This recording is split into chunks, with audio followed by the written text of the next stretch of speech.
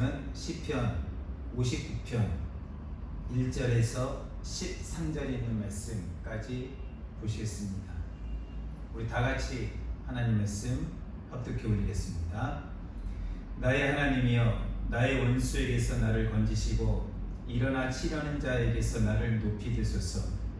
악을 행하는 자에게 나를 건지시고 피 흘리기를 즐기는 자에게서 나를 구원하소서.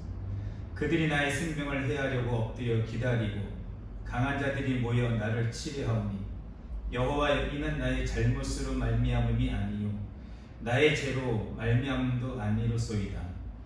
내가 허물이 없으나 그들이 달려와서 스스로 준비하오니 주여, 나를 도우시기 위하여 깨어 살펴주소서.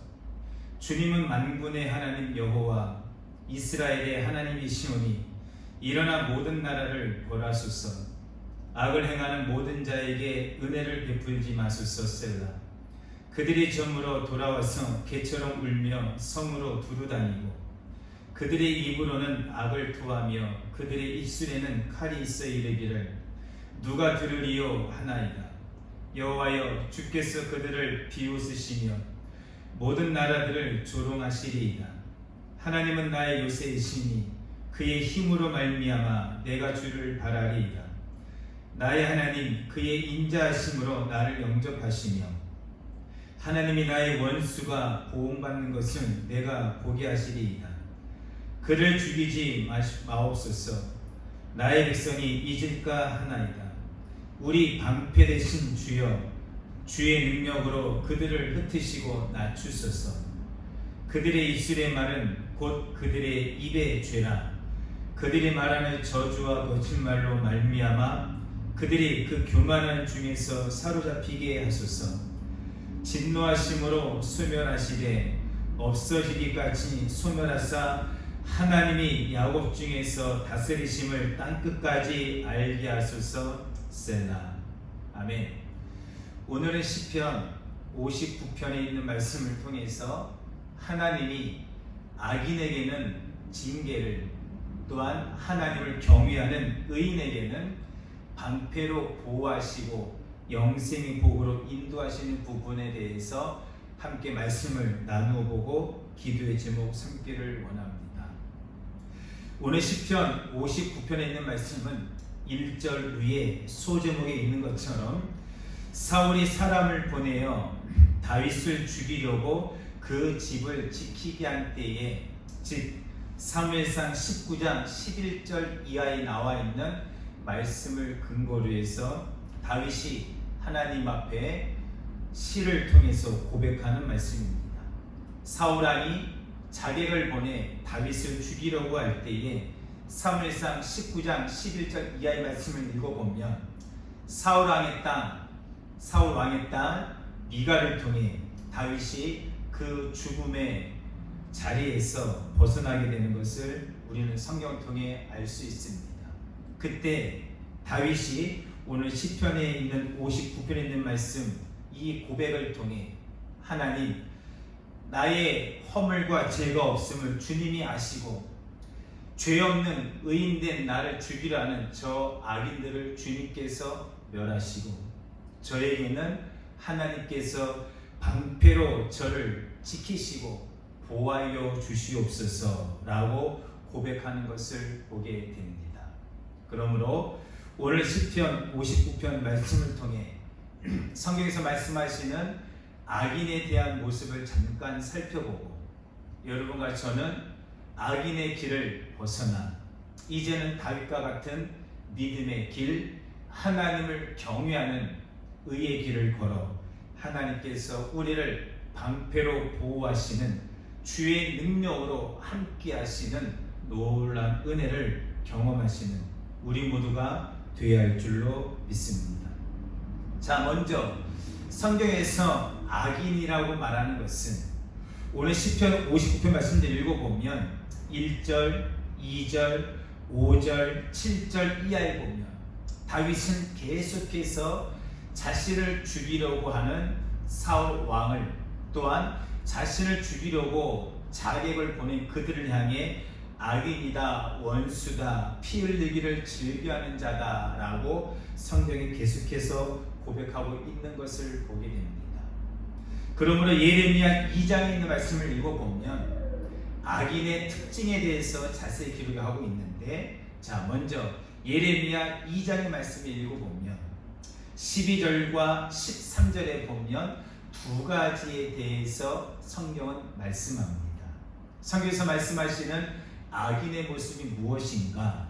예레미야 2장 12절에서 13절, 너 하늘아 이 일로 말미암아 놀랄지어다.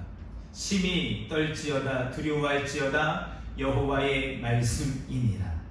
내 백성이 두 가지 악을 행하였나니 곧 그들이 생수의 근원되는 나를 버린 것과 스스로 웅덩이를 판 것인데 그것은 그 물을 가두지 못할 터진 웅덩이들이니라. 아멘. 하나님께서는 예레미야 2장 13절 말씀을 통해 성경에서 말하고 있는 악인이라 하면 하나님을 안 믿는 이방인들, 예수 안 믿는 세상 사람들을 말하는 것이 아니라 내 백성 중에, 즉 선택받은 이스라엘 백성 중에 하나님 믿는 하나님의 자녀 가운데, 하나님의 백성 가운데 악을 행하는 자들이 있다라고 우리에게 말씀하고 있습니다. 예레미야 2장 13절에 내 백성이 두 가지 악을 행하였다고 합니다.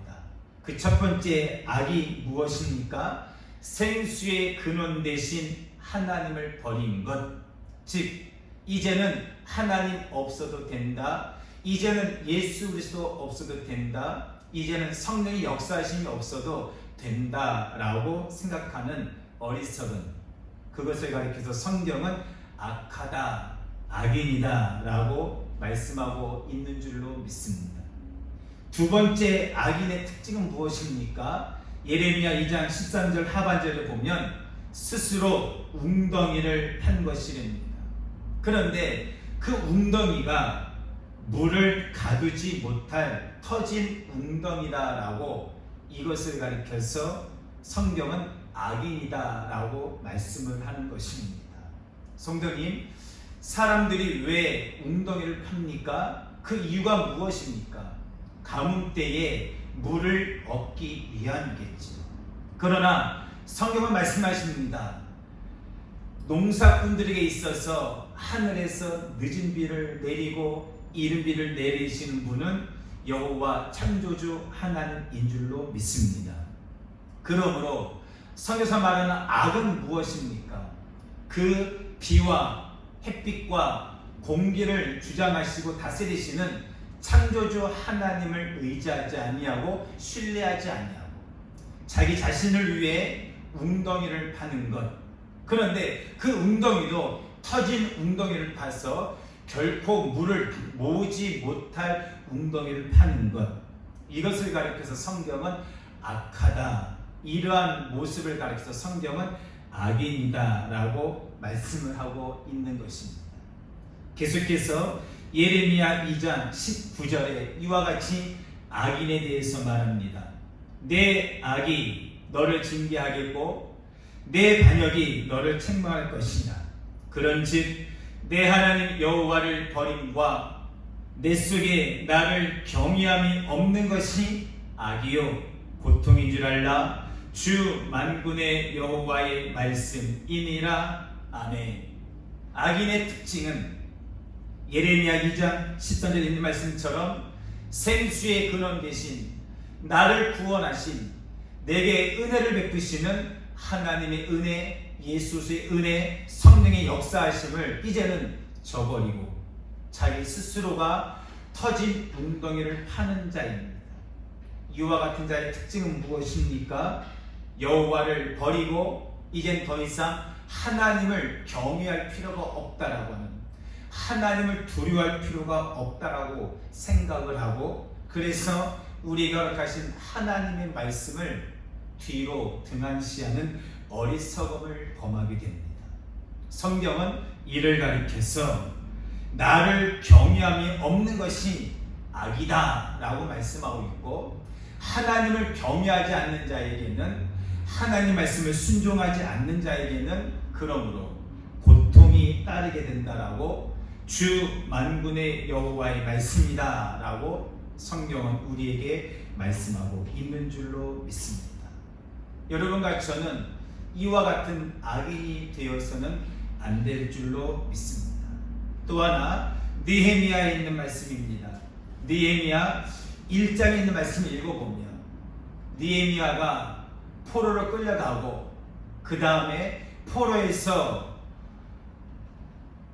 포로로 끌려오는 자기 동족 이스라엘 민족의 눈을 바라봤을 때 느헤미야가 너무나 가슴이 아프고 가슴이 무너지는 고통을 당하게 됩니다.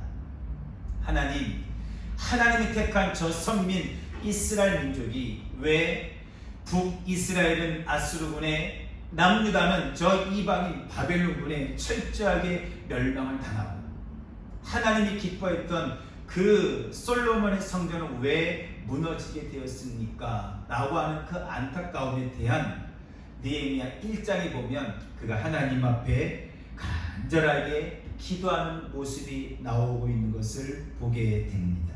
우리 다 같이 느헤미야 1장 우리 1절부터 한번 천천히 말씀을 한번 읽어보겠습니다. 느헤미야 1장 1절입니다.